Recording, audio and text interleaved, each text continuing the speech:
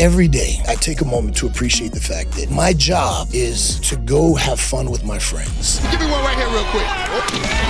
That culmination of our business relationship has lasted over 3 different companies. The pivot you made into managing, was that a conscious decision? Not at all. What was supposed to have been a one-off turned into a brand new chapter in my career. Your voice is so fitting for what you do in the Hurt Syndicate. My father had a voice like this. Somebody put a comment on YouTube that I sound like I eat glass and gargle with kerosene.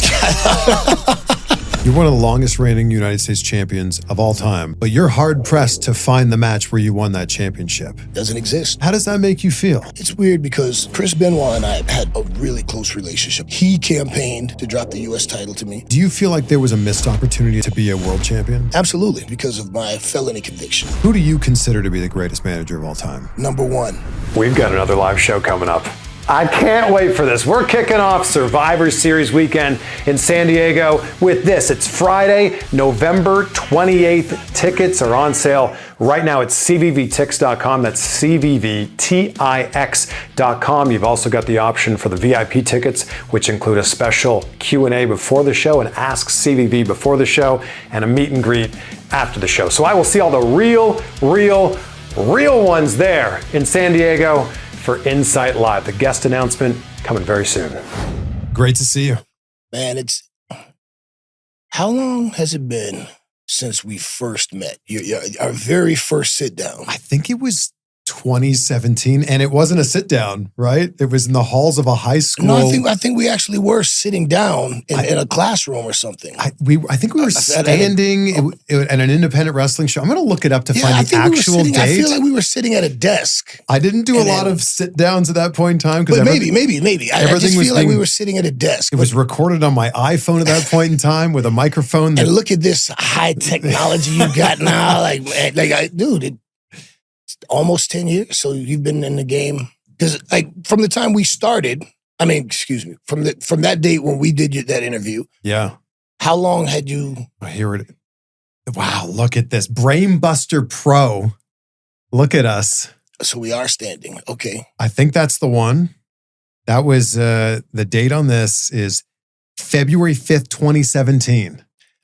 We didn't do one at CCW before I think that? we did. Yeah, let me find that one too. I feel like the first one we did was at CCW. I could be wrong. Cannabis and concussions. I don't remember things. That was also in a. Okay, so let's see. There's another one standing in the hallways of a school. Okay, that might have been this. Oh. And which was that? This was after. This was July 2018. But either way, 8 years. And look at you now. Look at you now, man. I'm proud of you, man. Dude, thank you. It's a testament to consistency and drive. That you set out to do something, and now you are a very prominent name in this space, man. Thank you. And you're respected too. Man, I really appreciate that. Unlike some of your contemporaries. You don't need to name any names. No, we absolutely don't. I don't even want to give them the time of day. But you're in the podcast game now, and congrats to you on that. So let me show you how out of touch I am. I'm an old man shaking my fist at the clouds. When I established Marking Out with MVP and Dwayne Swayze, that's the name of the show, I said I want to have a YouTube show. And, if you check it out, you see good production, it's shot well, and I presented it as a YouTube show. Yeah. And I had people coming up to me, hey, man, congratulations on the podcast. Congratulations on, I don't do a podcast. I do a YouTube show. And then Dwayne Swayze said, no, Pete, everything's a podcast now. But how can it be a podcast when a podcast was audio for iPods? Yeah. iPods don't even exist anymore. So how is it Okay. Yeah, thanks. Yeah, podcast. Yeah. Yeah, you got a podcast. I have a podcast. So everybody watching this should go subscribe to your YouTube channel or wherever you're listening to this. Go check out MVP's podcast. Yeah, it's called Marking Out with MVP and Dwayne Swayze. And so Dwayne Swayze is my musical partner. We make, hip hop together, and he's a tremendously talented guy. When I first moved out to Houston, the producer that I was working with, Mikael, he said, hey, I got an artist that I work with. He's a huge fan. Is it okay if I bring him into the studio to introduce? Yeah, okay, cool. So we met, super nice guy. And, we actually collaborated on a few things, tremendously talented. And then through the years, we developed a friendship. And sometimes we'd be sitting in the studio, just killing time. Excuse me. And he would say, hey, Pete, can I ask you about that time on this pay-per-view? Or, hey, P, when you're on the road, what do you know? And he'd just ask me questions and I'd answer. And one day it was like, this is a show. Mm. So the premise of Marking Out with MVP and Dwayne Swayze is if you were a wrestling fan and one of your best friends was a professional wrestler, you could ask any questions you wanted. What would you ask? And that's what we do. He asked me questions that I answer from my 20 plus years of experience, and it covers everything from life on the road. I drop a lot of gems for young professional wrestlers coming up on how to be successful in the business, because a lot of them forget it's a business at the end of the day. With that said, what do you think's the biggest change you've seen in the pro wrestling business from when you started to now? The biggest change, accessibility. You know, when I started, I came just on the cusp of the old ways into the new way. I think like WWE had just gone public or were just about to go public as a publicly traded company. So when I came in, you still had, you know, the old guys that protected the business. There were gatekeepers even, you know, if they didn't like you, if you weren't tough enough, you know, they'd beat you up and run you off. You know, wrestling wasn't for everybody. I think now the accessibility with, you know, YouTube didn't exist yet. There was no social media as it exists now for self-promotion. And just anybody couldn't run a show. Just anybody couldn't be a pro wrestler. And now, I think you have so much wrestling now. You have so many independent promotions. You have so many people running shows. And you have, you know, that old bullying thing, that old guard of you know, who can be here and who can't be here, you know, that's gone. Mm. So you can have these colorful, you know, sometimes ridiculous characters that are comical and there's no one that's going to beat you up for doing that. You know, you can have, and I've always said that I feel like wrestling is a buffet. A little bit of this, a little bit of that, a little bit, and you go up, you take some of what you want and pass the stuff that you don't want. But I'm not going to have a fit because, hey, who put this liver and onions out here on the tray? Hey, they should lose their job for putting liver and onions out here, you know? Just don't eat the liver and onions and go eat what you like. So I think the biggest thing is that now with, you know, people having the ability to, you know, with the technology to produce their own shows and self-promotion and streaming, you just have so much more accessibility to wrestling. So more people than ever in this space can pursue their passion and dream of becoming a professional wrestler. Yeah, I feel like before the internet was really mainstream, wrestling ended when the show ended. When Raw ended or Nitro ended, that was it. Mm-hmm. You picked it back up the next Monday. Now it's like a 24-hour news cycle. Yeah, there's no shortage of wrestling. You can literally watch wrestling 24 hours a day, 7 days a week. But I make this distinction because I tell people all the time, and I use the analogy, do you like burgers or do you like McDonald's? Because there's all kinds of burgers. If you say, oh man, I love burgers, I'm passionate about burgers, but I only eat McDonald's.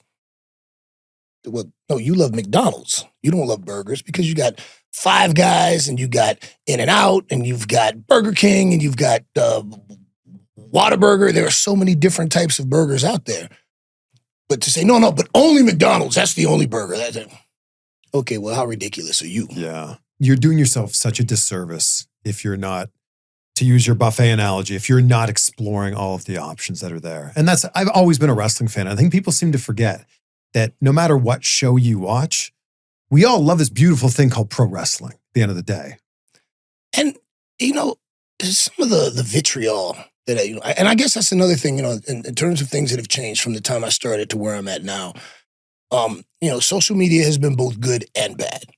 And, you know, some of the bad is just the toxicity. You know, some of the fans that you know, are empowered because they're hiding behind the keyboard to just say horrible, horrible things about people. And, you know, I remember years ago being at Impact when I worked there, and I would see people that would say things like, man, they should just go out of business already. I don't like orange soda. I don't drink Sunkist. I don't want Sunkist to go out of business. You know, I don't like orange soda, but I don't think that they should go out of business. Nobody should be able to drink orange soda. Yeah. Just don't drink it. And, you know, you can have an opinion, but I think people almost, get off on or enjoy just seeing how nasty and toxic they can be, talking about the wrestling that they don't like. Yeah. Like, man, I love wrestling. Just love it. If you don't like that kind, then don't watch that kind. But for me, as a professional who's been fortunate to have made a living in this space for over 20 years now, I've only worked in professional wrestling for, since I got called up to WWE. Well, actually, since I got signed, which was in, I got signed in 05. I got called up in 06. From that time, I haven't had to sustain myself doing anything outside of the wrestling space. And I realize how fortunate I am, over 20 years in this space. And I think about some of the people who haven't had that opportunity. And, why? I have friends and colleagues that work for all the wrestling companies. Why would you want somebody to lose their livelihood? Like, I want all the wrestling companies to be successful. The more successful they are, the better it is for us, the wrestlers, and you, the fans. So I just don't understand that mentality, that kind of almost pure hatred, the tribalism, between bands. But one thing I do get the kids that want to be extra cool, that I don't watch that mainstream stuff, dude. I watch, the cool niche companies and, which I think that's dope because I was one of those guys. Before people knew what New Japan was, I was a tape trader. And, wrestling was only WWE and WCW. And you might they got some Japanese guys on there. Well, those guys have a whole career in a whole other country that you're not aware of. So I've always just been, hungry for wrestling, whether Japanese wrestling, lucha libre, European wrestling. Like, it's all wrestling, and just sit back and enjoy it. You've been able to have the longevity that you've had in wrestling because of the pivot you made into managing. So you're not taking nearly as many bumps now. Was that a conscious decision that you made? Not at all. As a matter of fact, Bobby was just making this comment the other day. He was talking about it. There's a whole sector of our fandom now that has no idea MVP was a wrestler. They only know wild. You got these young kids that never saw me wrestle. So they just think, I'm the guy with the cane and the suit, that runs his mouth. Yeah, you're not wearing a suit today. I am. I'm wearing a tracksuit today. Different kind of suit. Yeah. I was on the road and I just couldn't do it, man. I couldn't do it. The audience, they've not seen your in-ring work. You have a segment of the audience that hasn't seen me in the ring as a wrestler. And when, during the pandemic, when I made my return to WWE, it was actually cool how that all came together. And I'd love to share this now. This was at the 2020 Royal Rumble. Just prior to that, I have a son, my son Camden, he's 10, he'll be 11 next month. And he discovered wrestling. And he didn't know Daddy was a wrestler, but he discovered wrestling and he liked it. And, for me as a dad, it was just crazy that my son would teethe on my action figure. He'd be, I just thought, he has no idea, But for me, it was pretty cool. And I remember one day we were in the store and we were in the toy aisle and he's pointing out, Daddy, that's Samoa Joe. And that's, he's just pointing out, he's calling him by name. I'm like, when did you start watching wrestling? And then I felt some kind of way because these were my colleagues. And I was still working independence and things like that, but, I wasn't on TV. And I thought, man, I want my son to see Daddy on TV, I want him to be able to walk down the toy aisle once and see, oh, look, there's Daddy. So I put in a call to Paul Heyman because I knew that the Royal Rumble was coming to Houston that year. And there had been a couple times since I left the WWE and let me make that point, because a lot of people thought I got fired. I didn't get fired. I had a year left on my deal, and Laurinaitis was asking me to re-sign a 5-year deal. And at that time, I was burned out on the WWE machine. What year was that? That was 2010. Yeah, it was 2010 because I remember it was just before Christmas that I had asked for my release. And I talked to John Laurinaitis about it. And I said, hey, look, man, I need to leave here now under circumstances that will allow me to come back before I leave here under circumstances where I can't come back. Because I was just getting burned out on the system, certain people, and I had lost my passion for wrestling. And, I was talking with Vince one day, and I said, Vince, I didn't go to superstar school to become a professional superstar. I went to pro wrestling school to become a pro wrestler. Well, you're a superstar around here, pal. And we laughed about it, But Japanese wrestling was my passion. And I always, for me, my dream was the Tokyo Dome. My goal was WrestleMania. And usually people go to Japan, get over, and then come to the WWE or WCW, whatever. I needed to recharge. I needed to rekindle that flame, that passion for wrestling. So I asked for my release, and they were kind enough to give it to me with the promise that when you're ready to come back, you can come back. And I never came back. I ended up going to Impact, and that was a business decision because just the amount of dates that I had to work versus the income. So I could make more at WWE, but I'd work 3 times as much. So my son had no idea that, that was a part of life for me, And I asked Paul Heyman if I could be on the Royal Rumble. And I was saying that the WWE had contacted me twice before over that time about being on the Rumble. And I remember one time I just wasn't interested. And the other time, I think I asked for too much money. But this time, it wasn't about money. I didn't care about money. I just wanted my son to see daddy. And Paul Heyman said, done. I said, just like that? Done? He said, just like that. Done. You're in. I was like, oh, wow. Okay, thanks. And I got to be the surprise entrant, and one of the surprise entrants at the 2020 Royal Rumble. And my son was in the crowd, and it's so cool because he even made it into like one of the highlight commercials where, you just see him going, yeah. And that gave me something emotionally because I never wanted to be a dad. I wanted to be single forever. My son was an oops. And now I'm so grateful for him in my life because he makes me a better human being. And to be able to share that with him, and Rey Mysterio was his favorite wrestler. So after that, we went into the back, and Rey, being the just incredible human being that he is, took some time to pull my son to the side and gave him a mask, and they spoke for a minute. And after that, Paul Heyman asked me if I could make it to San Antonio the next day. And I was like, yeah, sure. Easy pay. Yeah, quick drive.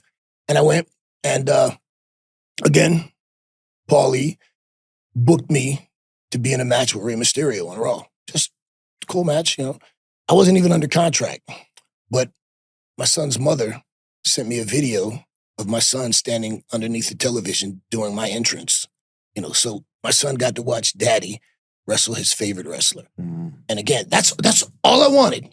That was it. And then after my match, Laurinaitis pulled me to the side and said, hey, we want to offer you a position as a producer.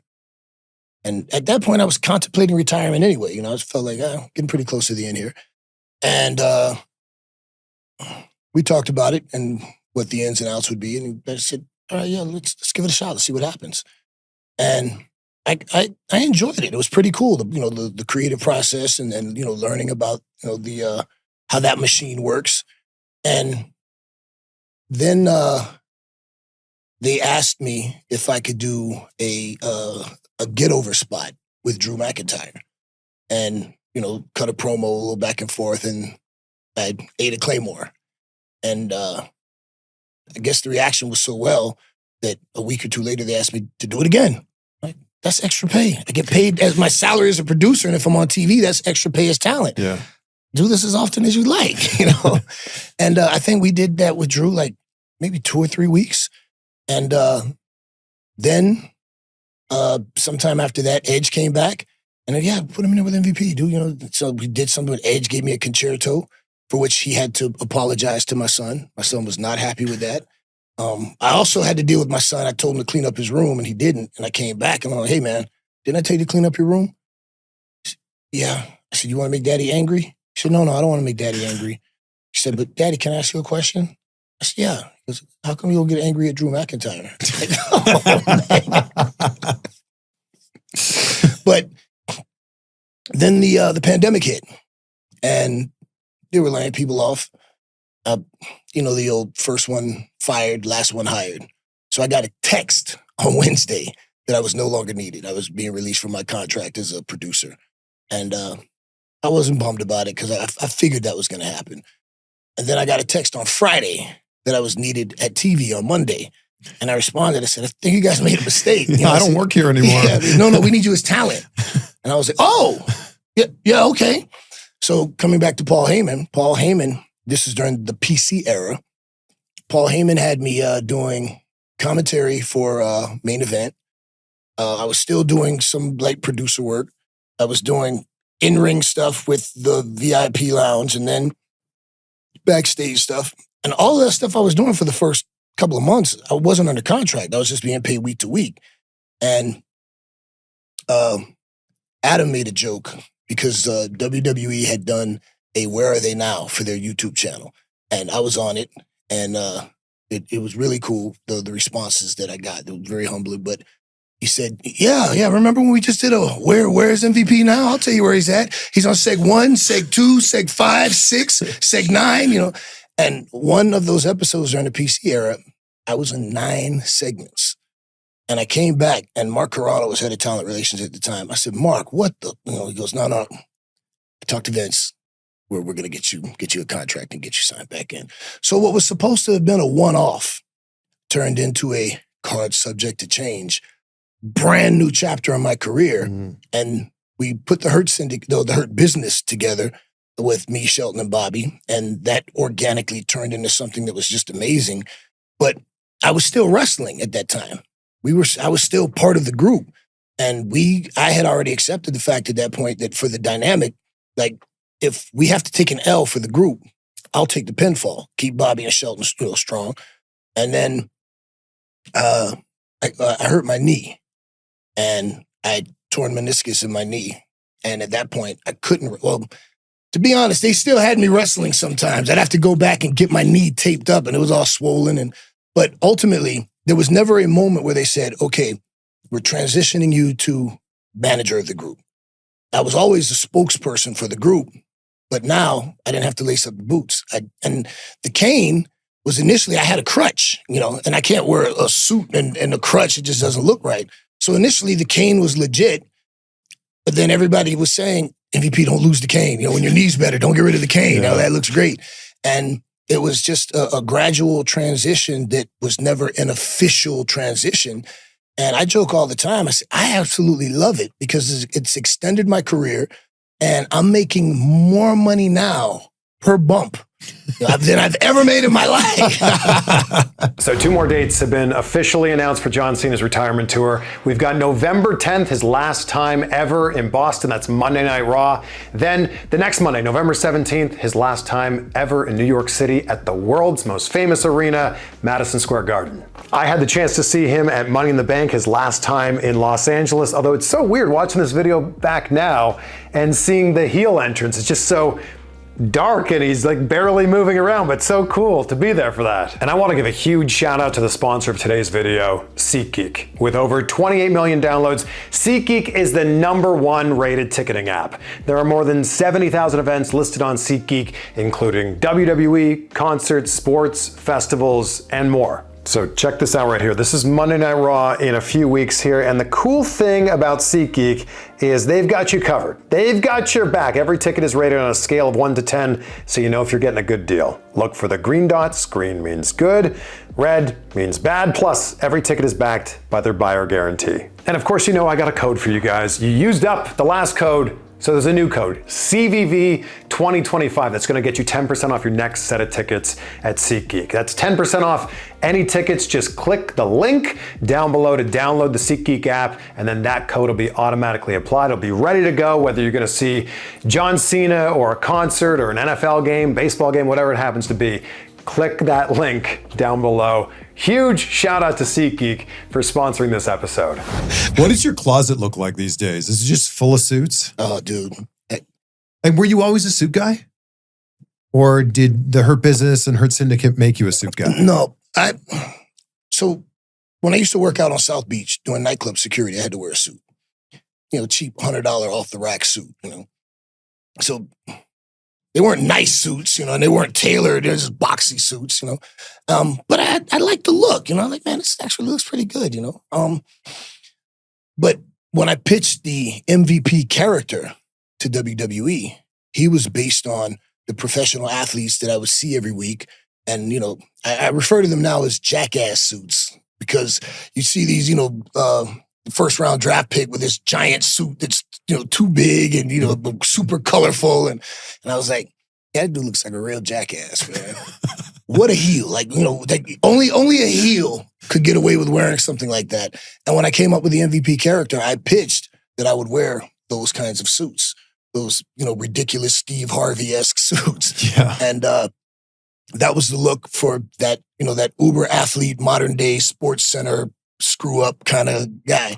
And I actually enjoyed, because I wish I remember the guy's name. But when I first started buying my suits, I was in developmental in McDonough, Georgia, and they had a K&G men's clothing, discount clothing. And that's where I really learned that because of my size, I can't buy an off-the-rack suit. And if I do, I have to have it completely recut. So a $150 suit, now I have to spend another $150 to have it recut. So now I'm $300 in. I'm only making $500 a week at this time, But then I learned, well, this shirt with this tie and this pocket square, and I can make a $300 suit look like a $1,000 suit. And that was part of MVP, the uber athlete suit wearing, chain wearing, Ocho Cinco type athlete. And it's something that I just settled into comfortably. When you debuted, I thought so much. I thought your character reminded me so much of Rod Tidwell. Rod Tidwell, yeah. Cuba Gooding Jr.'s character from Jerry Maguire. And Rod Tidwell was, so when I came up with the character, the idea for MVP, like I said, I used to work on South Beach. And we have all kinds of celebrities and pro athletes come out there. And I had the privilege of meeting people like Dr. J. I stood outside of the living room one night for about 10 minutes just chatting with Barry Sanders, the most unassuming guy in the world. You would never think that this is the greatest running back of all time, my opinion. Just kind of standing out there chilling, and I'm like, man, look at these legends, and how cool they are. And then you'd have like some third-round draft pick from the Dolphins show up with his entourage, and do you know who I am? Like, dude, nobody knows who you are. Get out of here. And I had a few tryouts with WWE, and one day, it's funny because in the Florida indie scene, this kind of became a bit of a mythology, a moment where I went to Laurinaitis. And I said, Johnny, can I have 5 minutes? I'm busy, kid. I said, can I have 2 minutes? I'm busy. I said, Johnny, give me 30 seconds. 30 seconds. And he goes, all right, what? You got 30 seconds. I said, tell me what the fuck I got to do to get hired, man. And like the look I got, I was like, oh, did I just get myself in trouble? But he said to me later, there was a passion in that he recognized. And he said, kid, we like you. We don't have anything for you. Come up with something that we don't already have that you can do. Get back to me. My answer to that was MVP. And when I pitched MVP, back then you just sent a VHS tape and an 8x10. I put together a treatment with chapters. This is what MVP looks like.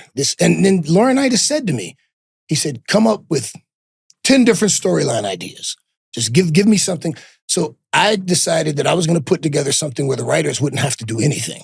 Like, here's a guy, here's 10 storyline ideas, here are a bunch of backstage vignettes, here are photos of how I dress, what I look like. Everything's out there. And then I sent a DVD that had 2 promos on it. One was 60 seconds, and the other one was like 4.5 minutes to show like, boom, I can keep time or I can keep you entertained.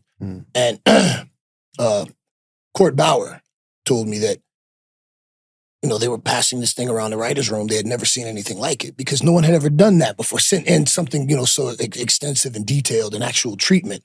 And I guess one day a week, the writers would get together with Vince and they would watch DVDs of promos. And apparently, according to Court Bauer, they popped in my DVD. Vince watched it and said, man, we got to get this guy on TV.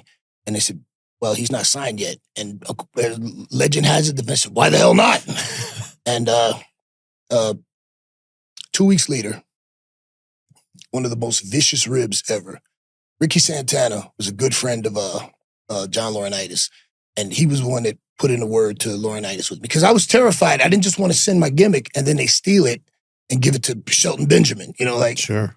And Ricky Santana spoke to Laurinaitis, gave me his word he wouldn't steal my shit. And when a few weeks later, I left my cell phone in my car and I was with my girlfriend. I spent the night and I came down. I go, oh man, let me check my calls. My entire missed call log was Ricky Santana. And I was like, oh man. So I call him right away. I'm like, Ricky, what's up? He goes, man, where you been, man? I've been trying to get a hold of you all day. I said, dude, I forgot I left my phone in my car. He's like, well, I don't know what to tell you now, man. He said, you want the bad news or you want the worst news? I'm like, dude, that's a hell of a way to open up. He goes, well, I said, all right, well, give me the bad news.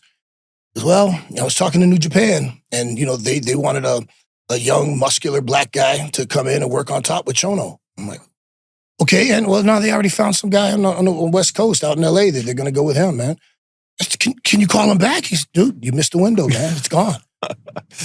I was crestfallen. I mean, just like Chono's my guy, and I remember just literally having that overwhelming feeling of heartbreak. And I said, all right, Rick, what's the worst news? I said, well, I talked to John Laurinaitis. Now my heart's thumping. I'm like, oh no, man, come on, man. He goes, yeah, they don't want you at OVW, man. And at this point, my eyes welled up because at that point, I think I was 31. And I was like, okay, that's it. There's no place for me to go and make a living in this space. So I can still do it because I love it. But now I have to think, what am I going to do career-wise? This is all going through my head in this moment. And then Ricky goes, well, don't you at least want to know why they don't want you at OVW? Sure, Rick. How come they don't want me at OVW? Because they want you at Deep South. Call John Laurinaitis. He's going to give you a job. I'm like, oh! To go from the absolute depths of despair to the heights of elation. And that's how that whole thing came about. And then, I pitched MVP and they saw MVP and I presented MVP and MVP's done real well for me. Was it your idea to have the entrance tunnel? How'd that come together? That was me and Dusty Rhodes. So we used to have these afternoon workouts as they were grooming me, getting ready for my debut. And it was me, Dusty Rhodes, and Chris Benoit. And he was coming back from his neck surgery. So I was the guy that he picked to have private workouts with because we had a relationship before that. And we were talking college football. And I'm a Canes fan. 305, U of M, all the way back to Howard Schnellenberger days, And I was talking about the Hurricanes coming out of the tunnel with the smoke. And I just said off the cuff, I said, oh man, that would be cool if I could do something like that. Not really understanding how the machine works yet. Like, we can do whatever you want, if it works. And I'll never forget, Dream said, he looks at me and goes, oh yeah, baby, that'd be something special. We had like the Hurricanes. We have an MVP come out the tunnel with the smoke and everything. And I was like, yeah, that'd be dope. Yeah. What an impression. that was Dream. American Dream, Dusty Rhodes. He did that. That was, I just came up with it, not thinking that it would really be a thing. Like, well, that would be kind of neat, And he said, yeah, that as a matter of fact, that's exactly what we're going to do. You're one of the longest reigning United States champions of all time. But you're hard-pressed to find the match where you won that championship. Doesn't exist. Yeah, how does that make you feel?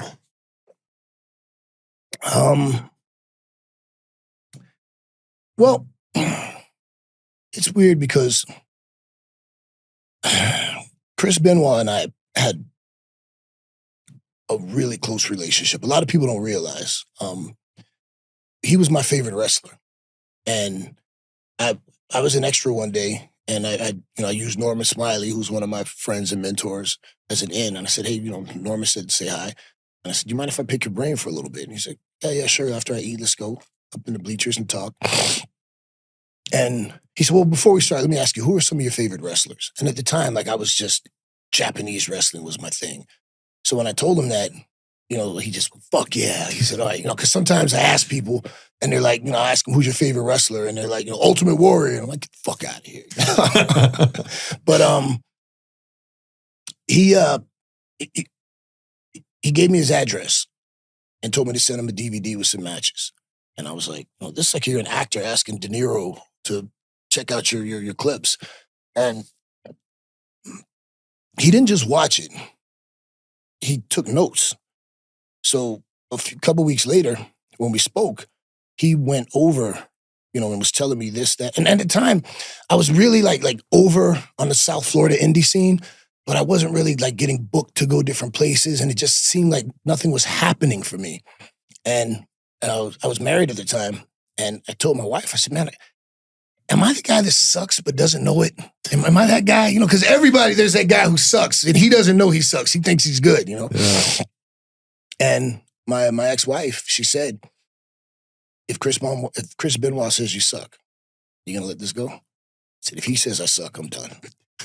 And when we had the conversation after he watched my matches, I said, so I don't suck? Fuck no, you don't suck, man. You're just green, man. You're gonna be great. And that opened up that door. So he would call me up just out of the blue, like, hey, son, you have any matches this weekend? I'm like, yeah, man, I worked this indie and how'd it go? So when I told him about the MVP character before it came about. And he offered to send me $1,000 so I could buy some suits and stuff. And I said, no, Chris, like, as much as you can't even begin to understand how much I appreciate that. But I got to do this on my own. And I think I earned a measure of respect from him that day. And after that, we bonded. And when I got signed, he was almost happier for me than I was for myself. And when he came back from his neck injury, I was the one that was having the private workouts with him. He campaigned to work with me to drop the U.S. title to me. So he was such a huge impact on my career. He was my friend and my mentor. And then for the absolute tragedy that happened, like I've been to that house. I played with Daniel. I used to lace his boots up and we, wrestle in the ring together. So I was absolutely heartbroken. I was crushed. And I couldn't understand because, like, how could you do that, man? And when we found out about CTE and we found out that, his brain was that of a 70-year-old man, and we started learning about CTE with the, I think Dr. Bennett Omalu was the one that, brought that to light. It helped me because now I was able to understand. And in no way am I making it okay or trying to, but now I could understand what happened. Because there are times when we'd be having matches and Chris would look at me and I just see this blank stare and he'd go, what are we doing? What are we doing? What are we doing? And a few times I thought he was just messing with me, but he couldn't remember anything. And all his matches were called. We might talk about this or talk about a couple things in there, but it was just go out there and let's work. So when I started learning about NFL players that Justin Strelzik, Pittsburgh Steelers, like he drove his car on the opposite side of the highway and killed himself. And he was talking about the voices in his head telling him to kill his family. Some of these different NFL players that were having like these, explosive anger issues and voices talking to him. It gave me, as heartbroken as I was and as angry as I was at Chris, then it gave me an understanding. My friend that I knew that took care of me, that was so good to me, the friend that I knew didn't do that. The CTE that destroyed his brain caused him to do that. Where does that match with him where you won the United States Championship, where does that rank in your favorite matches? It's my favorite match because Chris Benoit was my favorite wrestler. So I had a chance to wrestle my favorite wrestler at WrestleMania for the United States Championship. And I'm a guy that remembers when Magnum TA got hit by the chain in the cage and lost the United States Championship to Nikita Koloff. No, the Russians got the United States Championship. So and that match was because prior to that, people had only seen me with Kane. And, they had me in a comedic, like running away, I'm scared. And Chris knew that wasn't me. And Chris said, we're going to show them what you can do. And I'll never forget, like after that match at WrestleMania, we got in the back and Stephanie McMahon walks up and she goes, wow, what a match. Who knew you could do that? And Chris, in his deadpan way that he just steps, he goes, I did. And I was like, so that match means the world to me. And it is my single favorite match of my career because that match showed everybody that I could go with one of the absolute best in the game. You had another big moment at WrestleMania with Matt Hardy. Twist of fate off the ladder. Yeah. How did that come together? Well, Matt and I were having an amazing program. And we carried SmackDown for a while when we were doing the Odd Couple partnership. And we were having so much fun because, again, something I'll never forget, being in Baltimore, Maryland, when I just got called up, and before we were going into, Matt came to me that afternoon and goes, hey, man, how you doing? We talked, just a little chit-chat. He goes, yeah, we're going to do a little business tonight. You and me, we're going to do some business. And I was like, yeah, all right, cool. I'm like, oh, wow, I'll work with Matt Hardy. This is dope. Not knowing that would be the beginning of a feud that turned into a rivalry, that turned into a very close friendship. Like Matt and I are very tight to this day. And, that during that time, that rivalry that we were having on SmackDown, Matt had like a really bad, I don't know if it was like a ruptured hernia or some really bad internal injury that took him out for a while. So, that rivalry that we were having at the time wasn't supposed to have ended the way it did, but Matt got hurt. So with Matt being hurt and us, me turning on him, during our tag team when we lost the titles and I'm, beating him with the U.S. title, taking him out, for him to come through the crowd as I was just about to grab the briefcase. I was there. I could hear the rumble as the people saw Matt Hardy come running down.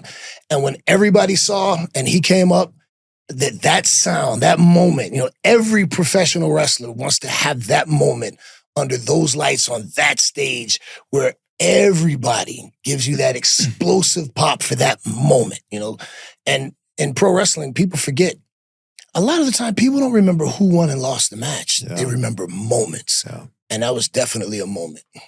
That was high. Yeah. Yeah, that one was high. Yeah, literally high. Yeah. How are you able to keep the name MVP no matter where you work? Again, this is a cool thing because, I tell people, I don't have any animosity for WWE.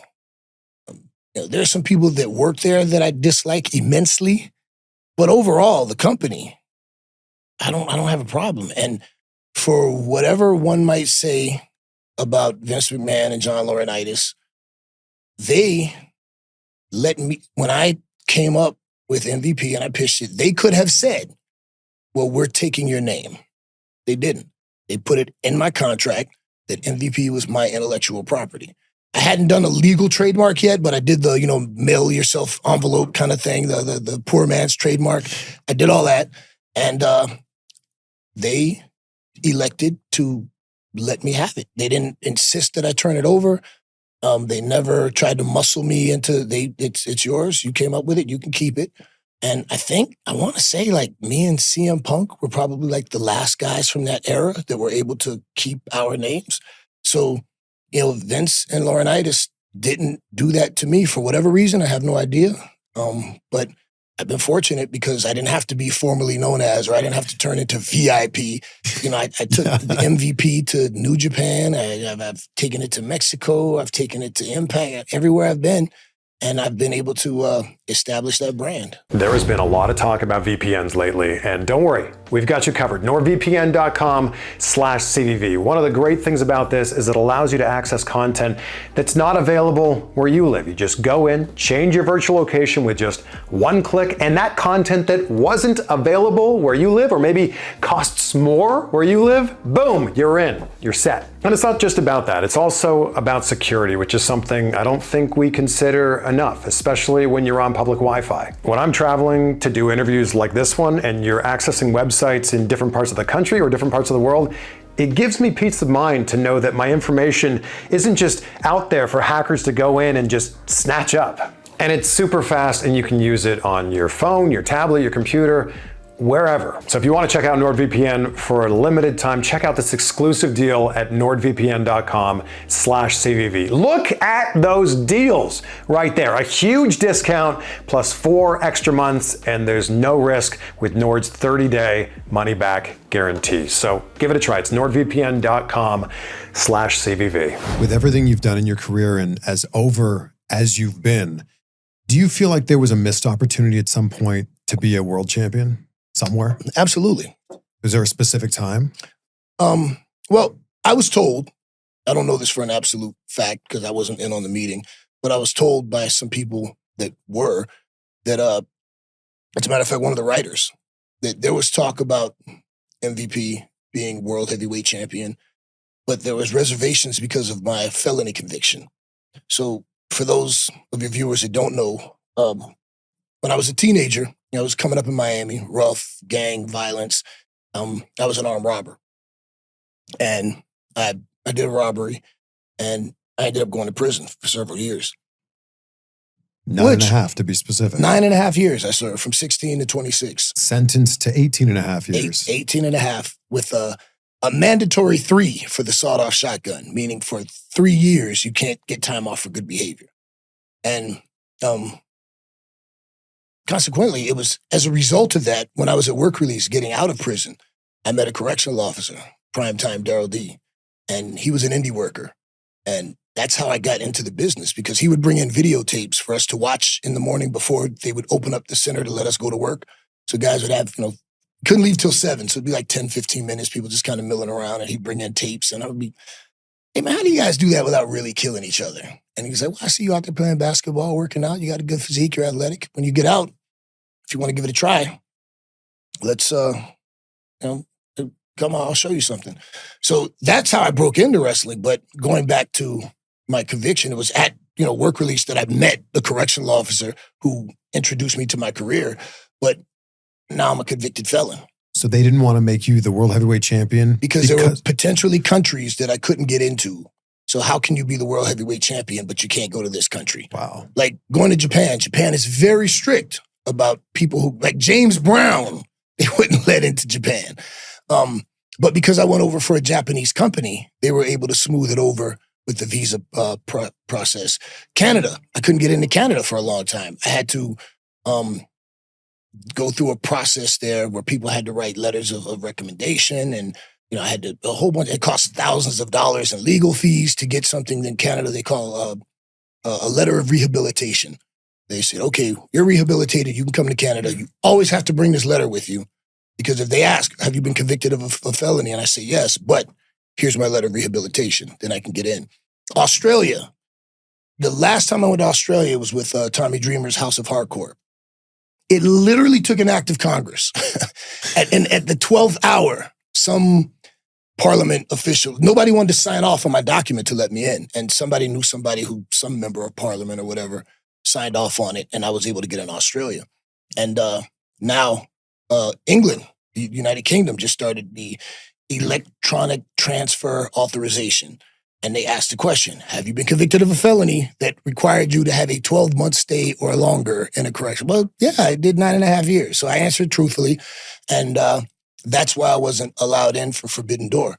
So the coming full circle, as it was told to me, there was a conversation about me being a world champion, but there were reservations because of my convicted felon status. You gave a TED Talk about this that is so powerful. And it comes back around to the idea of when is a felon not a felon anymore? When do I stop paying? You've paid your debt to society, but have you really?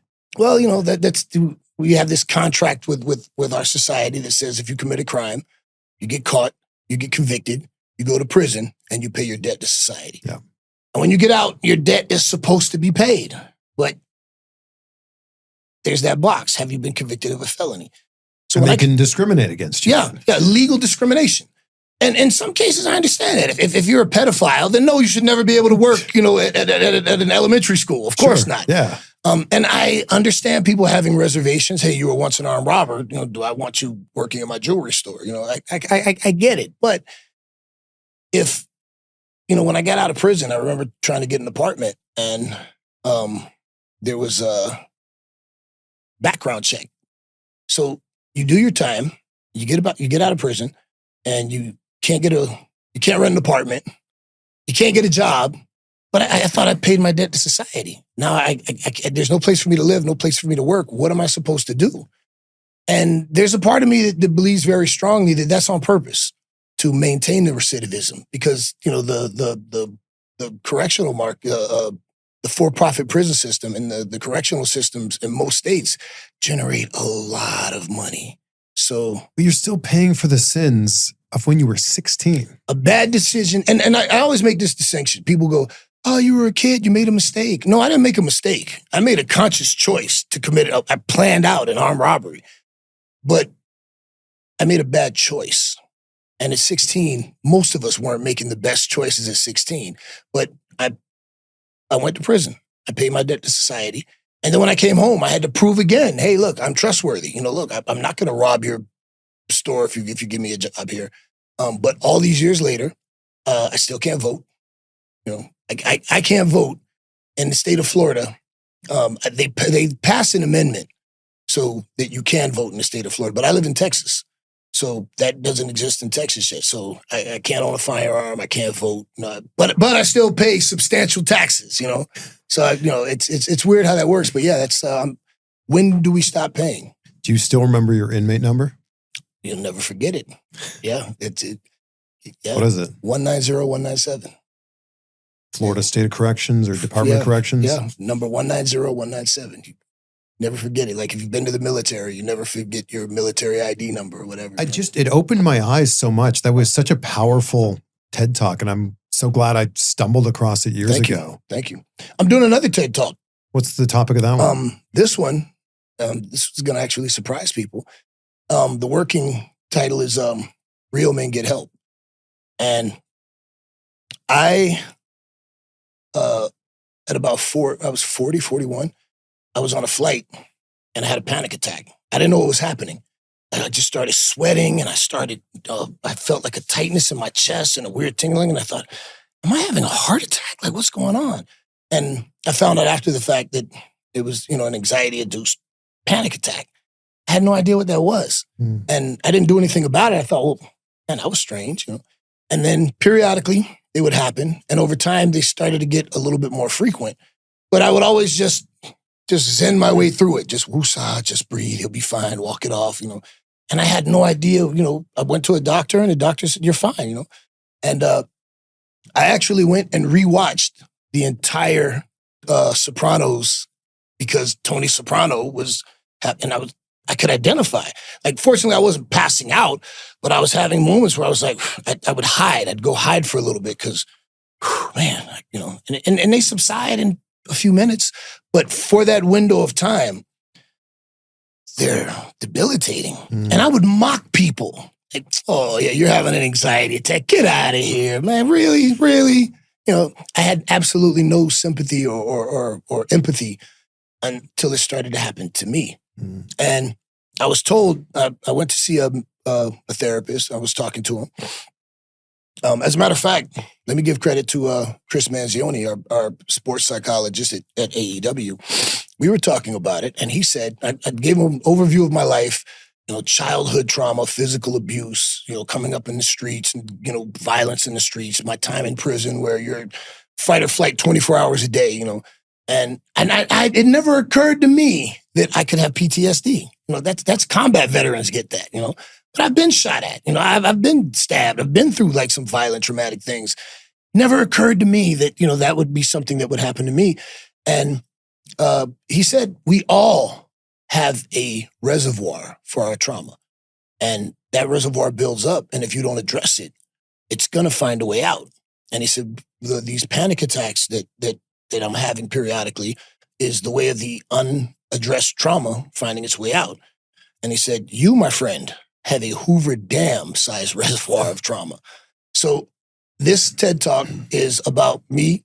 I'm a professional wrestler. I'm a jiu-jitsu black belt. I'm an ex-con. These are all of our society's ideas of a tough guy, a hard guy.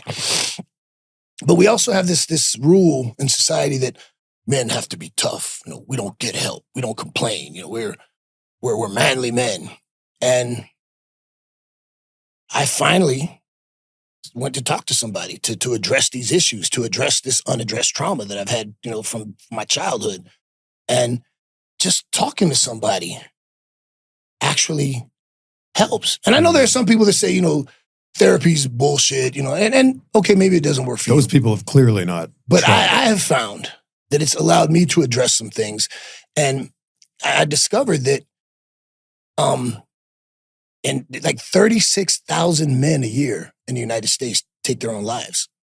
And I think the male to female suicide rate is like 4 to 1. Wow. It's maybe 6 to 1, something like that. And, a friend of mine he was a Marine, and he took his own life. And I just wonder how many of these men, tough men, combat veterans who've been downrange, guys who just, if they would have spoken to somebody, if they would have talked to somebody to address, whatever it is they're going through, would they still be with us? Would we be able to help them? So my TED Talk is basically going to be like, hey, it's okay. If you're a real man, go to the fight. Don't run from the fight. That fight is inside of you, and you have to address it to be better. And I love that. I'm hoping that I'll be able to inspire some people to go and maybe seek some help and That's get going to in a help better a lot space. of people. I hope. When's that coming out? Well, I do it next weekend. Okay. September 6th at Lone Star College and in Texas. So I'm sure it'll be on there on YouTube, and I think it'll be streamed. I'm not sure, but it'll definitely be on YouTube. So I'm going to do it next week. It'll be out probably in the next couple of weeks. With the work you're doing now in your career on the mic as a manager, Mm-hmm. who do you consider to be the greatest manager of all time? For me, number one, the Weasel, Bobby the Brain Heenan. The absolute best, period. Number two, Paul Heyman. Paul Heyman is that guy. He's just exceptional at what he does. And he taught me so much, And in the immortal words of CM Punk, I'm a Paul Heyman guy, And as a matter of fact, Paul Heyman is responsible for this whole new chapter of my career, because if Paul Heyman wouldn't have opened the door for me to return to WWE, I wouldn't be doing what I'm doing now. So I have a huge debt of gratitude to Paul Heyman. And I remember one day we were shooting a backstage segment, and when we finished, the crew started applauding. They were clapping because it was really good. And somebody made the comment to Paul, what do you think about that, Paul? Paul said, yeah, I brought him here not to compete with me. I brought him here to replace me, And I thought, praise from Caesar, So, Bobby the Brain Heenan, number one. Paul Heyman, number two. What's the biggest thing you've learned from Paul Heyman? The biggest thing I've learned from Paul Heyman. You said you've learned so much from him. Yeah, that's what I'm saying. There's so many just amazing things that I've learned from him.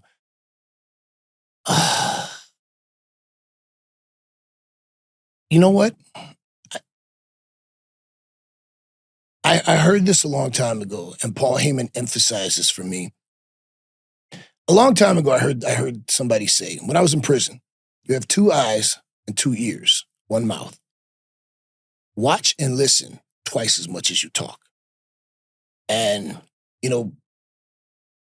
professional wrestling is a very Game of Thrones atmosphere. Everybody's working an angle for themselves, and everybody's, you got factions like behind the scenes. You really have people that are, cutting each other's throats, and, people that are trying to undermine each other. And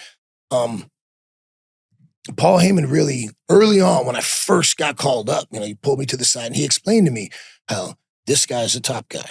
This guy is the guy that we build up to feed to him. He's explaining to me how everything works. And he goes, you've been out on the yard. You know how it works. You just sit back and watch the yard. Watch who's moving. Watch who's doing what with who.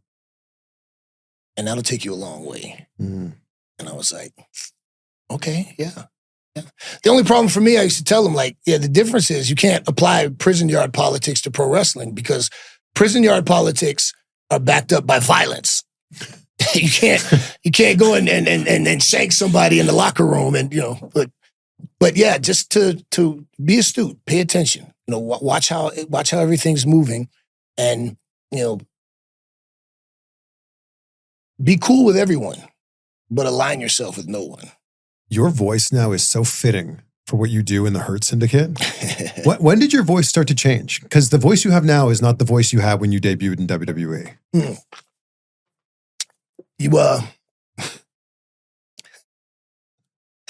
Familiar with Hank Williams? Yeah. Hank Williams Jr.? Yeah. Hank Williams III. He's got a song called Whiskey, Weed, and Women. But the whiskey, weed, and women got the upper hand. I'm pretty sure it's the whiskey and the weed that did that. When did it start to change? I don't remember exactly. But what's crazy is I remember my father had a voice like this. And he used to smoke Newport. No, he used to smoke Cools. My father used to smoke Cools, and then he used to drink. And I remember my mom telling me that he had a beautiful voice, and he used to sing to her when they were in high school and when they were younger. And she goes, yeah, but I guess all the cigarettes and drinking just turned his voice into gravel. Somebody even said that they put a comment on some YouTube thing that I sound like I eat glass and gargle with kerosene. I'm like, yeah, okay. And it's weird because, sometimes it smooths out a little bit and it's not, but, if I smoke a joint and have a couple sips of bourbon, it just gets all gravelly. Is this also from just years of yelling into the mic? I don't think so, because I never really yelled. I wasn't like a yeller. I was never, let me tell you something, brother. Yeah. I always tried to make my promos conversational. And I think that's why my promos work so well. And when I'm working with young talent, especially at AEW, just recently, Kevin Knight was shooting a backstage vignette, and I walked by, and the content was good, and the delivery was okay. But I interrupted and I said, you mind if I help? He said, no, please. And I said, look, when after the show, when we're, sipping and we're talking, you have a charisma there that's missing from right here. Because you're memorizing lines and you're reciting them. Make it conversational, make it real, make it you. How would you say this if you were talking to me and you were bragging to me about, don't take the canned pro wrestling out of it and make it natural and conversational. And he did that, and he did a few takes, and afterwards, it was so much better. And, he thanked me, and I'd say, hey, dude, that's what I'm here for. I saw Kyle Fletcher. He was doing a promo, and I stood, and I was passing by, and actually he was cool enough. He was like, hey, P, would you watch this? I'm like, yeah, sure, And, he nailed it. The only thing I would say is, a pause here, intonation here, but I said, you nailed it, And I've always stressed that, make your promos organic and conversational. Don't try not to recite canned lines. And as long as you do that, there's an element of authenticity that the viewers, even if they can't articulate it, they'll absorb it and they'll just know that's different from everything else. This episode is brought to you by Blue Chew. Does it work? Well, find out for yourself. They're making it so easy. Your first month is free when you use the code CVV at BlueChew.com. Just sign up there at BlueChew.com, consult with one of their licensed medical providers, and once you're approved, you'll receive your prescription within days. Blue Chew tablets are made in the USA and prepared and shipped directly to your door. The best part is this is all done online. That means no visits to the doctor's office, no awkward conversations, and no waiting in line at the pharmacy. They say there's nothing sexier than confidence. Well, Blue Chew gives you the confidence where it really counts. Make life easier by getting harder. and discover your options at BlueChew.com. Like I said, they've got a special deal going on right now for anybody watching this. Try your first month of Blue Chew for free with the code CVV. You just have to pay $5 for shipping. That's code CVV. Visit BlueChew.com for more details and all of the important safety information. And a big thank you to Blue Chew for sponsoring the show. Do you work better than off of points or like an actual scripted out promo? They give me, well, at AEW, I'm very fortunate that they just tell me generally what they need. Yeah, where you got to get to. Yeah, and Jen Pepperman, she's awesome to work with. Like, she'll write something up, and she'll say, hey, look, I just wrote this up to give you something, I'm like, okay, I'll look it over. And all right, cool, thank you. And, there might be some lines that she'll put in there that, oh, that's a great line, I'll use that. And at WWE, early on, I established that I had the gift of gab. So I didn't, Vince was real cool with me in that I didn't have to say it word for word. If there was something specific, Vince would say this way. Otherwise, it was mine. So I always made it a point to, I'll read the script, but then depending on what writers I was working with, they would give me bullet points. And then I'd just go in as well. I can't think of his name right now. He used to say, hey, go MVP this up. Yeah. And this is like one of the things that I talk about on my podcast, Marking Out with MVP and Dwayne Swayze. I try to give these gems to young wrestlers. When you're coming up, like, don't memorize a promo. Because if you forget a line, you're screwed. Like, that's, where do I go from there? And now you're stuck. But if you got your bullet points and you know where you're trying to go, then it's totally up to you to tell that story and make sure you get those points of the story in, and then take it home. A match is a promo's a match. You have a start, you have a middle, and if you do it right, you got to finish. Yeah, I think that people forget it's storytelling. That's what it's supposed to be. Right. And you can tell. You can tell when you see, like, somebody who's not very comfortable on the mic, giving almost a robotic, canned, wrestling promo, and it doesn't feel real. Versus, somebody who has learned and understood how to tell a story and make it emotional, to solicit an emotional response. And it, like, scripted stuff doesn't happen in our everyday life. Like, if you were to go out and see your grandma and ask your grandma about her recent trip to Tucson, you wouldn't be like, so grandma, you recently went to Tucson from Thursday until Saturday. You would just be like, oh yeah, I got to ask grandma about the trip. And that's something else that I try to tell some of the time. Like, if you're doing a promo, especially if you're going back and forth with somebody, if you're interacting with someone, yeah, and you trip on a word, that's not a botch. Because when you talk to people, that happens sometimes. Yeah. As long as you don't go, you can just, and I was gonna go and the power box or whatever it is, I was gonna go hit the switch on that, because that's how people really talk. Yeah. It's not often that you can articulate your point from A to Z without, any botches in your day-to-day conversation. How often do we go, what was that? And there have been times where in a promo I got stuck and I forgot where I was going, or I couldn't remember. And, one of the gems that I give on Marking Out with MVP and Dwayne Swayze, I will take a promo sometimes, and if I forget, I will act like I'm frustrated, and I'll just like, like I'm collecting myself. So if we see you doing that, and I'm telling you, I'm giving the game away. I'm giving the game away. There's times when I've done that where I'm like, okay, where am I going? But if you're watching me, you read that as, oh, look at him, he's pissed off, he's frustrated. Look, I'm collecting myself. But really, I'm trying to remember, where the fuck am I going here? Yeah, that's something nice to pull out of your bag of tricks. Yeah, and we don't talk that way in real life. So why would you do that on a wrestling promo? I heard Brad Pitt eats in every movie because it's a normal thing. Like, if you're just like eating some food and having a conversation with someone, it'd be a natural thing that you'd be doing. I just say it all the time. You watch movies or television shows or whatever, and people have food and they don't eat. Yeah. They're talking. There's just all this food, but no one's actually eating the food. So I didn't know that. It makes them very relatable of like, oh yeah, I could see myself in that situation. Yeah, that makes lots of sense. There's a beautiful moment where you and Shad are watching Kofi Kingston win the WWE Championship at WrestleMania 35. Yeah. And you can see that you're visibly moved by this. You're crying. What did that moment mean to you? Well, there's a double whammy here, right? Because Shad's no longer with us. And, Shad tragically passed away. As a hero. Dude, his final words, he was swimming out in Venice Beach with his son. They were at the beach. And the lifeguard, they got caught in an undertow. And the lifeguard said he made it out to Shad first. And Shad told the lifeguard, go get my son.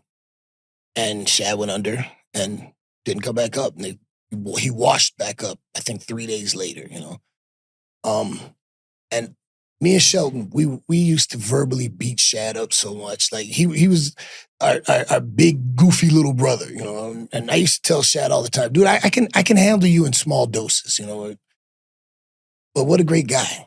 And I was mad at him for posting that because I felt that was very personal. That wasn't for everybody.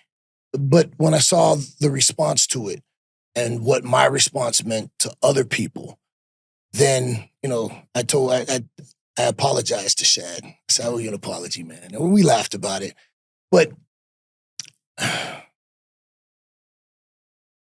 race is a very touchy subject, especially in our current, society. And, race in wrestling has always been an issue.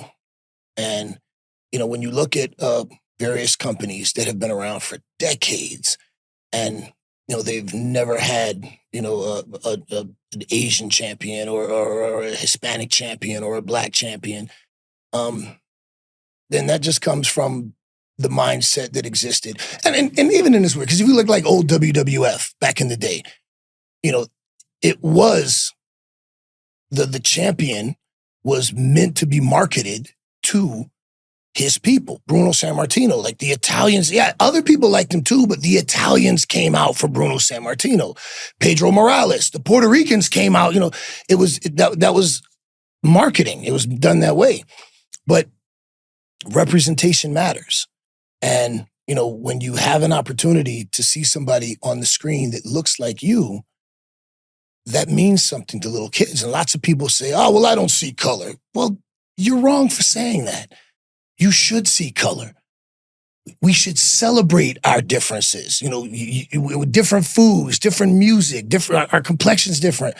Don't ignore it. Let's address it. Let's talk about it. Let's celebrate our differences. And growing up, I'm 51. I'll be 52 in October. When I went to the toy store, there weren't toys that looked like me. If you're a little girl my age or older, you had Barbies, blonde hair and blue eyes. There weren't Barbies that had black curly hair or, brown skin. And it matters. And what really drove that point home to me was when I took my son to see the Spider-Man multiverse, Miles Morales. And I asked him, as we were learning about the Marvel Universe and the different characters and everything, he said to me, and he was 4, maybe 5. And I asked him about, who's this, which Spider-Man do you like? He goes, I like the black Spider-Man, Daddy. And I thought, yes, that's a cool, his costume's real cool because Peter Parker's blue and red, but Miles Morales was black and red. I thought he was referring to the costume. And my son said, no, Daddy, Miles Morales, because he looks like me. Wow. So in that moment, like wrestling has always been this beautiful space where, you can celebrate your hero, but there are wrestling fans all around the world that never had a dark-complected man of color with dreadlocks hold the coveted championship. There are little kids that love wrestling and have their heroes, and I'm not taking anything away from that, but just the fact that when you have somebody like The Rock, who's a man of color, who I took to right away, I'm like, that dude, yeah, me and that dude, yeah, we're it was a moment in time. And I knew that there were little kids everywhere who love wrestling, who could look and see this guy who looks like them. And not just that, but Kofi, I love Kofi. Kofi is an amazing human being. He's an awesome husband. He's a great dad. He's a wonderful friend. We were in developmental together. And we laugh about it because when he walked in the door, I was one of the first people he saw. I was in the ring with somebody and he had his low haircut. And I remember like a little while after we were interacting, I told him, I said, man, you're going to be all right, man. You're going to make some money in this business, you know. And early on when we would go out on the road, you know, I was a guy that I'm going out after the show. I want to go to the bar. I want to go to the club. Kofi wasn't that guy, you know. He wasn't antisocial, you know. He'd hang out here and there, but Kofi didn't want to be out partying or whatnot. You know, he was married and he had a family and, you know, and he didn't get any flack for that. Like, we didn't, you know, drag him over. Well, I don't want to say we because I was still a rookie, but, you know, the older vets, they saw something in him and they didn't give him a hard time for not drinking shots and hanging out at the bar. It just wasn't his thing. But they respected the fact that he was talented and a professional. So there were a whole bunch of emotions going on at once to see this guy that I hold so much respect for, who's an awesome human being, tremendously talented, and the role that he was filling, you know, like Booker T was somebody for a lot of people, fans that could say, hey, but here's a whole new generation. And it was just such a beautiful, organic moment. And there was just a lot of emotions going on. And I was just proud and happy for my friend. Yeah, it's a beautiful moment. Yeah. Beautiful. Thank you again for making this happen. So good to be able to catch up with you. You made it happen, man. You made it happen. Like I was going to be out here in Vegas for, you know, Masters, IBJJF Masters Worlds and the Craig Jones Invitational. Like, I'm a big jiu-jitsu guy. You're hurting people in real life. Hey, you know. Black belt. Yeah, it was funny because somebody recently was, I don't know, one of these online internet people, they were saying something about, you know, MVP just acts tough because he's hanging out, you know, with Bobby and Shelton and, you know, blah, blah, blah. And somebody said, man, you don't know MVP's a black belt in Brazilian Jiu-Jitsu? Like, he can legitimately choke you out, you know? And the guy was like, no, he's not. No, for real, he is. Why don't you find out? Yeah, I dare you. You know? But that guy actually came up to me and said, hey, I owe you an apology. I was talking so much trash. So if you happen to come across one of those videos, I'm sorry. I didn't know, you know, we were laughing about it. But, yeah, you know, I've wrestled with Shelton and like, I can't beat Shelton wrestling, but my jiu-jitsu's good enough that I can keep him from kicking my ass, you know? You could tap him out. I haven't yet. I haven't yet, but he's... But like, between you, Shelton, and Bobby, that's 3 legit badasses. No, look, with Bobby, when I had a match with Josh Barnett for Bloodsport. Yeah. And as I was getting ready for that, I had a couple training sessions with Bobby. And Bobby made me want to get my black belt back. I was just like, so big, so strong. He trained with American Top Team for a long time. And they got guys down there with amazing jits. So everything that I had, he had an answer to. You know, I was just like, God damn, man. So yeah, those guys are, you know, and I want to say this. I'm so happy. And I'm so grateful and appreciative that every day I take a moment to appreciate the fact that my job is to go have fun with my friends. I make a very comfortable living hanging out, making money with my friends. Bobby and Shelton they're my brothers. We've been tight. Like, when I was in New Japan Pro Wrestling, I needed a tag team partner. I called Shelton. I brought Shelton over to Japan. So his Japan career was from me opening that door for him. When I was at Impact and I hurt my knee, I was supposed to win the Impact Heavyweight Championship, but I hurt my knee on an indie show in the UK. And the question was brought up, hey, you cool with Bobby Lashley? Like, yeah, that's my guy, man. They were going to bring him in for something else. And the storyline was pitched where I brought Bobby in to wrestle in my place to win the Impact Championship.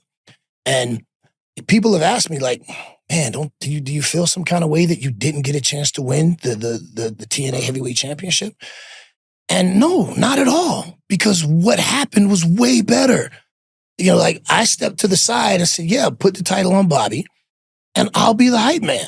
So what ended up being the Hurt business, me, Bobby Lashley, and Kenny King had an impact. Yeah. And we've been making money off of that forever. So that culmination of our business relationship has actually lasted over 3 different companies. we've been making money together all over the place, and I'm so appreciative. And everybody knows that the Hurt business got shut down in WWE for reasons that have never been made clear to me. No one has ever said, and I begged Vince, Bobby begged Vince, but please don't do this. Vince had his ideas of what he wanted to do. And everybody generally agrees that we got shut down way too soon. Yes. So when it came time for our contracts, I made it very clear that I don't want to be there anymore. There are people there in management that I dislike immensely. A person, and I won't even bother to get into that, but I just knew that with certain people in charge, and that's how the wrestling game, and you know what, that's how life is. I don't care where you work. When management changes, some people are out, other people are in. And I knew it was time to go. I wasn't going to resign. I was in Bobby's ear constantly, like, don't resign. Shelton got released. Don't resign. Let's you, me, and Shelton get back together. Let's go to AEW. Dude, I know we can go to AEW and we can pick this thing back up. And I'm grateful to Tony Khan for seeing the value in us and giving us an opportunity to come over there and continue to tell our story and help some of these younger talents, because contrary to what the internet tells you, there are a lot of young guys that come up and ask us for advice and ask us to watch their matches and ask us for insight. And I love being able to pay it forward because people gave it to me. So thank you to Tony Khan for seeing something in us and believing in us and giving us an opportunity to end the Hurt Syndicate in AEW and for us to finish telling our story. So you've mentioned the word gratitude so many times throughout this conversation. It's a huge focus for my life. I like to pause every day and just focus on the things I have rather than being angry about the things I don't have. So I end every interview with this question. What are 3 things that you're grateful for right now? First, I'm grateful for my health. Because like I said, I'm 51, I'm about to be 52. And in wrestler years, I think wrestlers age worse than dogs, right? So I'm strong, I'm healthy, I can still go.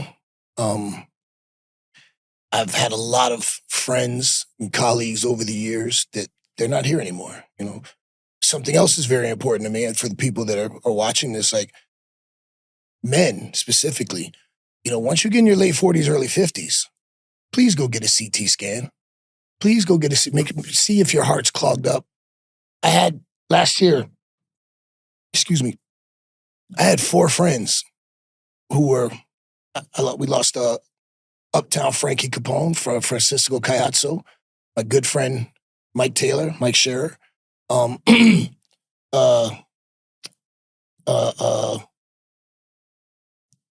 Chino Excel, who he took his own life, but he took his own life because he had some heart issues that were. I had 4 friends altogether that died from heart-related issues that potentially could have been caught if they had a CT scan. And we're eating all this protein and meat, and we're get yourself checked out, please. If you're in your late 40s, early 50s, go get a CT scan. See what shape your heart's in, so that you don't die of a heart attack in the middle of the night and out of nowhere. I'm grateful first for my health. Secondly, I'm grateful for my son, because I never wanted to be a dad. I just loved being a single bachelor, jet setting around the world, and my son has forced me to look at the world through new eyes. And being a father, my father wasn't a great father. He wasn't a bad guy. And I always say my dad was a great guy to smoke a joint and, shoot some pool with, drink some beer. But he wasn't a good father. He was okay. He had his moments. But overall, he wasn't anybody that you want to nominate for Father of the Year.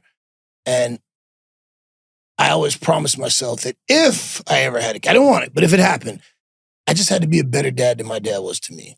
And my son makes me slow down. He makes me appreciate things differently. He makes me make decisions that probably aren't I want to do this, but I'm going to go do this, with my son, and we're going to Like taking that little guy to concerts and he makes me a better human being. So I'm grateful for my son.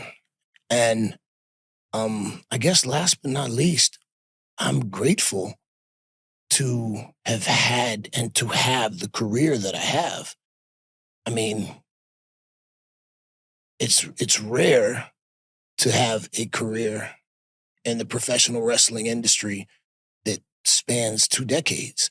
And, some people, again, those people that only like McDonald's, if you're not in WWE, they think you're gone, you don't exist anymore, but I was in Japan and I was in England and I was in Mexico and I was in all of these other places doing what I love, making a great living, making money with my friends, and here I am at soon to be 52, still on television, still relevant, as the kids like to say, and I've had a blast, man. It's been an incredible ride, and it's not done yet. And Dave Johnson, the Blackheart, he was trained by the Malenkos. And one of the things he used to tell me all the time, that the great Malenko used to say, there's no jewel at the end of the journey, kid. The journey is the jewel. And man, what a jewel. I'm so grateful for the career that I've had and to still be here, in this wrestling space all these years later. Man, what a great quote to end this on. I love that. What a career you've had. What a career you're continuing to have. And thank you again for doing this and sitting down with me today. No, it's been a pleasure, man. This is the 3rd time. Look, over almost a decade, Well, and I had the Hurt Syndicate on for the live show earlier this year, too. Yes, we did. Yes, we did. So in my hometown in Toronto. Yeah, T-Dot. So I look forward to, I guess that'd be number 5 when we do that one. Yeah. Wow. Marking Out with MVP and Dwayne Swayze. It's on YouTube. Like, subscribe, comment, and typically my show is just me and Dwayne, but we've had a few episodes now where we've had guests. Well, we sprinkle them in here and there. Yeah. We had Samoa Joe, Ricochet, Mercedes Moné. We got one with Tony Storm that's about to drop. So swing by Marking Out with MVP and Dwayne Swayze. Subscribe to my channel. I promise you that you'll love it. If you like this, if you like me, if you dislike me, I promise, just give it a chance. There's things in there that you'll like. Thanks a lot for having me, man. Conversations with you are always great. Appreciate you, man.